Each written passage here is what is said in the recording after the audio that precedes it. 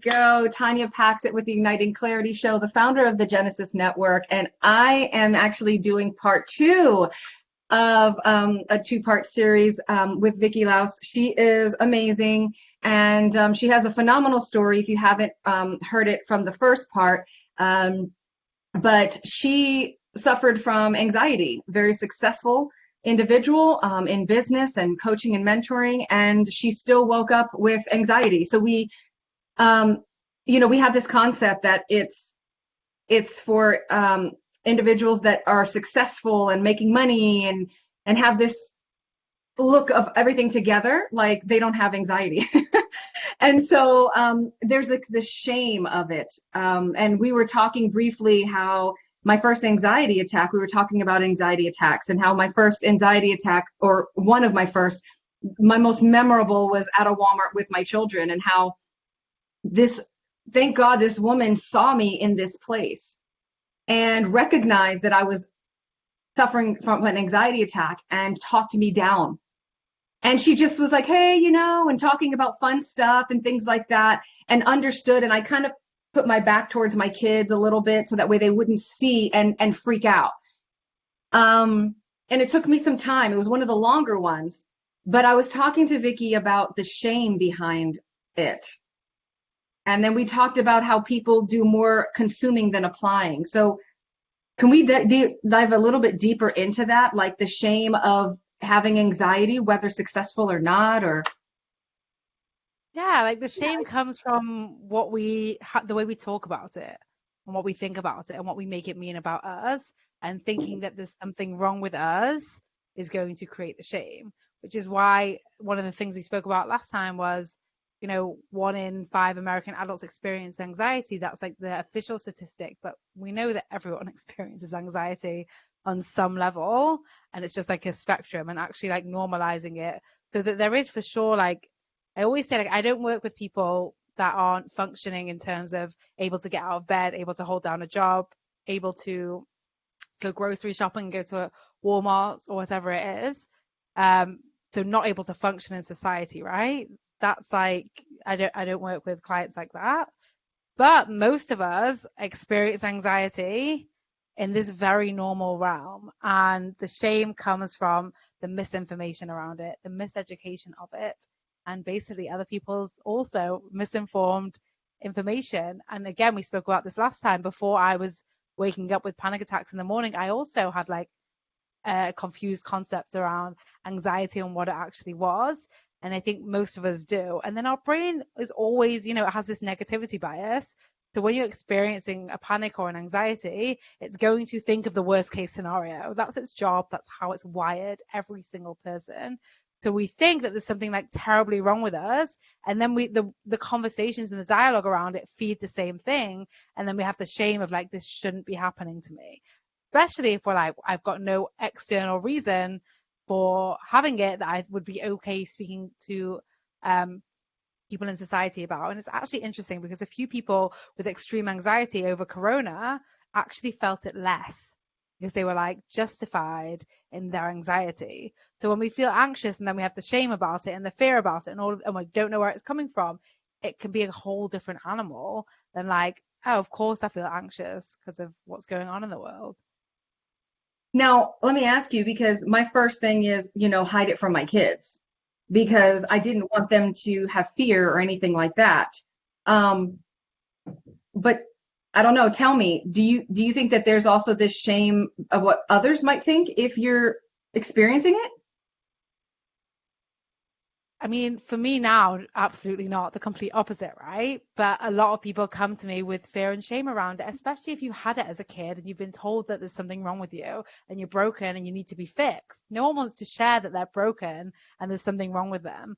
And kids really internalize that in a way that you don't know the effects of it until later. When they're like, oh, well, someone told me this when I was 8, and you were like, oh, that's not what we meant, right? So we've built a dialogue around it from a young age that tells other people that there's something wrong with this. This isn't normal. This needs to be fixed. This is broken.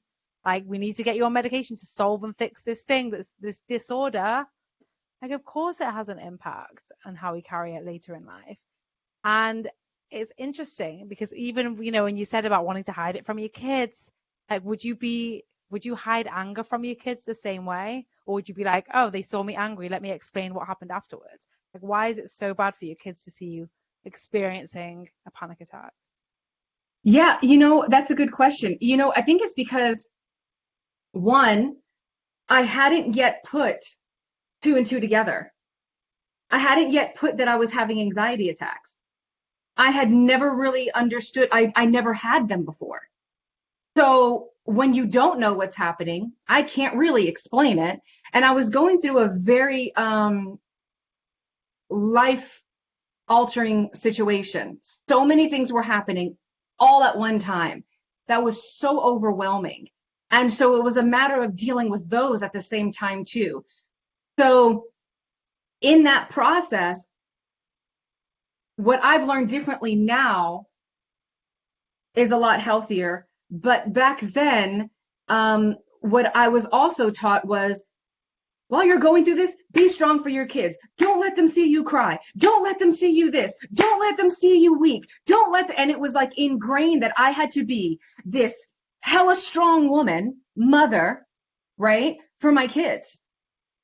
No matter how broken I was, no matter how whatever. Instead, now, if I feel like I need to cry, if I feel like whatever, I just do. And when the kids ask, I teach them how to go through it. I teach them there's going to be good days, bad days, and then I give them the tools to overcome. But back then, with everything happening, I really didn't put two and two together that it was an anxiety attack. Mm-hmm. So I think it was something that was just like, naturally, when you don't know, you're like, all right, let me protect, let me hide, do you know what I mean? Yeah. And trying to really control it, not necessarily maybe even pretend like it wasn't happening. Do you know what I mean? Like almost like that, because then it's like, oh, okay, you're right. You don't have control over who you are, over your and you're like, does that, Mm-hmm. hopefully that explains it. I mean, I've learned a lot now, but dealing with like what you said, all that negative advice, all those things that say that we can't. I mean, we're parents. We're supposed to be there for our kids, and they're going to see the good, the bad, the indifferent, and we have to help them walk through that. And they're not going to remember mommy had an anxiety attack. They're not going to remember these things. What they're going to remember is how I taught them to overcome things, the end result, the lessons learned. But you don't think about that when it's brand new. Does that make sense? Yeah, I also think like as a parent, we're all gonna mess up. We're never gonna do everything right.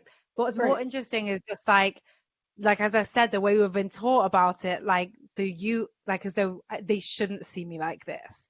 They shouldn't see me feeling out of control. They can see me angry and get mad because then I'm still in control, maybe, right? But it's like there's certain things that we think like they can see and certain things that we can't. And that's not even like a conscious choice that you've made. That's just like the messaging that we get. So if we have this messaging, like, even as adults, if we hide that from our kids, Yeah.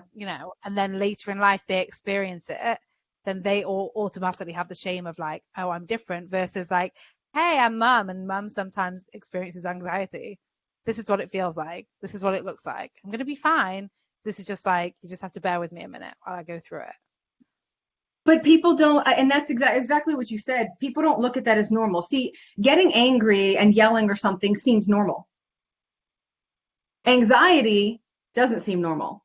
The funny part is, what I've realized is when I would get angry, a lot of anger that came was because of the triggers of my past, triggers of other things when I was little, triggers of feeling unworthy or inadequate.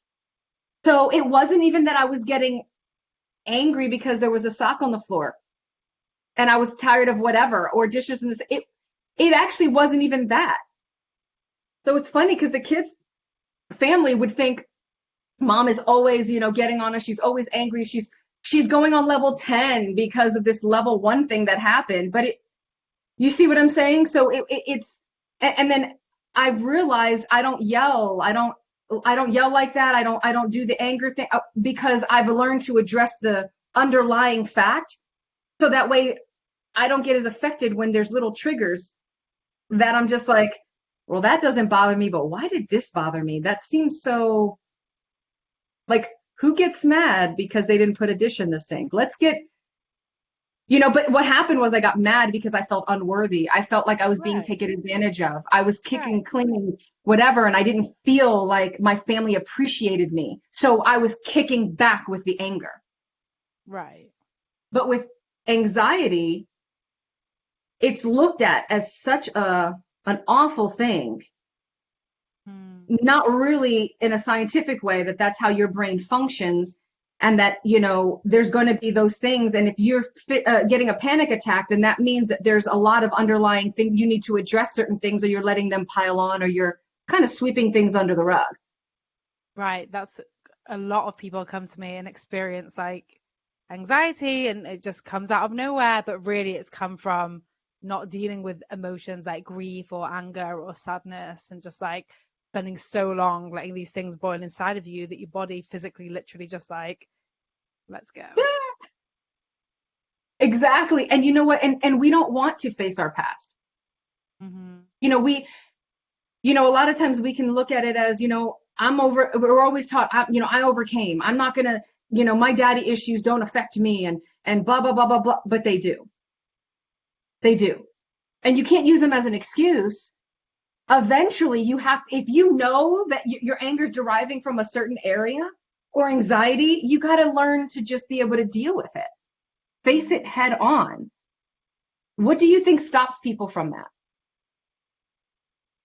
Not knowing that it's an option for them, like literally not Right. knowing, like a lot of the misinformation. I think people like this is why, so many people don't get help or don't seek alternative types of help or just say, well, I'm not going to take medicine and there's no other options because there's just a lot of this misinformation. And that's why I'm quite loud and vocal about the work that I do and the people that I work with, because I think everyone should know all the different options that are out there. I'm definitely not for everyone. Like, I swear, I'm tough love, I'm no BS. Like, like a session with me is like, boom. But I also know other coaches that are like very loving and maternal, and, a completely different style, still teaching tools for people to manage anxiety. And then there's like hypnotherapists and acupuncturists. There's so many different solutions. Really, like, I speak about it not because I think everyone should work with me, but because I want to teach everyone, or I think we should be having honest conversations out there about there are multiple solutions. You can totally find one that works for you. Like, it might Yeah. not be the first one, it might not be the second one. Hey, it might not even be the third one, but is it worth it if it's the seventh one and you find the solution for you? Yeah. Probably. Yeah, I mean, and that's the thing, really, it's what works for you. We're just giving you an opportunity to know that there is more out there. A responsibility on your end to say, okay, I have other options. Now what will I do? Hmm. To have a healthier lifestyle. So, and be able to, eliminate or manage. I think the biggest thing is me facing a lot of those things within my life has helped me identify when I'm in a certain place. Right. Like, I can identify. That's just like certain individuals. I saw this post where this lady was like, yeah, I'm depressed, but I've identified it. Now I realize what my triggers were. And now I'm able to start. Do you know what I mean? Like, I realized if I don't work out and I don't eat healthy, okay, and I don't get enough rest, immediately I can see the triggers of certain things that are going to start happening. I know that eventually it's going to happen, whether anxiety, depression, it doesn't matter. So I think we need to really reflect and look at ourselves and find out our triggers. You could have somebody that never works out, eats Twinkies all day, and never gets anxiety or depression. You see what I'm saying? But I realized hormonal and just a lot of different issues, I have to be careful. So I love what you're talking about, the opportunities to be able to just present them, lay them at their feet, and then they can decide, trial and error, and really just take responsibility over their life and over really what works for them. And you're giving people many different tools, not this like one size fits all cookie cutter. It's like, okay, well, Right. I see your personality. Okay, we're going to have to go this route. Um, But I will say this as a plug. If you are one that likes to be stroked and you need this little atmosphere and this loving and all this, I would challenge you to work with somebody like Vikki. Somebody that's going to kick your butt because she's doing it in love. She's not saying that she's not going to hurt. She's just holding you accountable. And working with somebody like that is going to be transformational and it'll be uncomfortable. But I recommend trying it because sometimes it's not just the way of the communication. Sometimes we're actually running from that because we've maybe been in abusive relationships or we've been in, struggles and things like that in our life that hinder us from working with somebody that might be to the point, authoritative, things like that. But she's beautiful and she has a lovely face and she's smiling and she's not going to hurt you, right? I'm definitely not going to hurt you, anyone, I promise you. Exactly. So hopefully you've enjoyed this. Definitely there is no shame. And it's a real thing. It's a real issue with entrepreneurs, whether you think it's successful, whatever you think success is. And we need to be the healthiest that we can be for ourselves, our family, and others around us. And first and foremost, too, our clients, our students. If we're all whacked out and, where we can't be the best and show up the best and deliver the best. So again, tell us how to get a hold of you. I know it was VikkiLouse.com, right? Yeah, VikkiLouise.com. So Louise, I always want to say Louse. Why do I want to say Okay. Louse? VikkiLouise.com. That's the website. And if you go to VikkiLouise.com/guide, you'll get the free Fuck Anxiety guide. And I even recommend people starting out, go straight to the podcast. It's so good. It's called Fuck Anxiety and Get Shit Done. And if you search F*CK anxiety, it will be the top one there. All right. Awesome. Again, sorry. I know I'm saying Louise, but it's like immediately it comes out Louse and I'm like, I don't know why. But all right, guys, we love you and definitely go check out the podcast. Step into, your truest self, and it's going to be step by step. Don't try to take everything all at one time. That's just going to cause more anxiety. But just, get to the point where you're able to recognize. That's the biggest thing, being able to recognize where you are, because then you know exactly the tools and tactics that work for you at where you're at that time. So look out for more of the Igniting Clarity episodes. Tanya Patxot here, the founder of Genesis Network with Vikki Louise.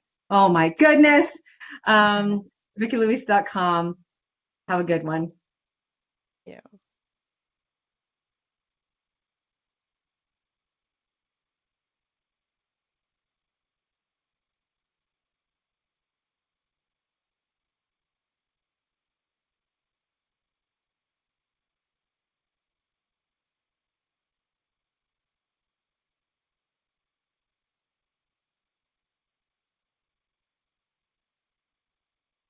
Have tech issues. It's so exciting. That is the beauty of online business, right?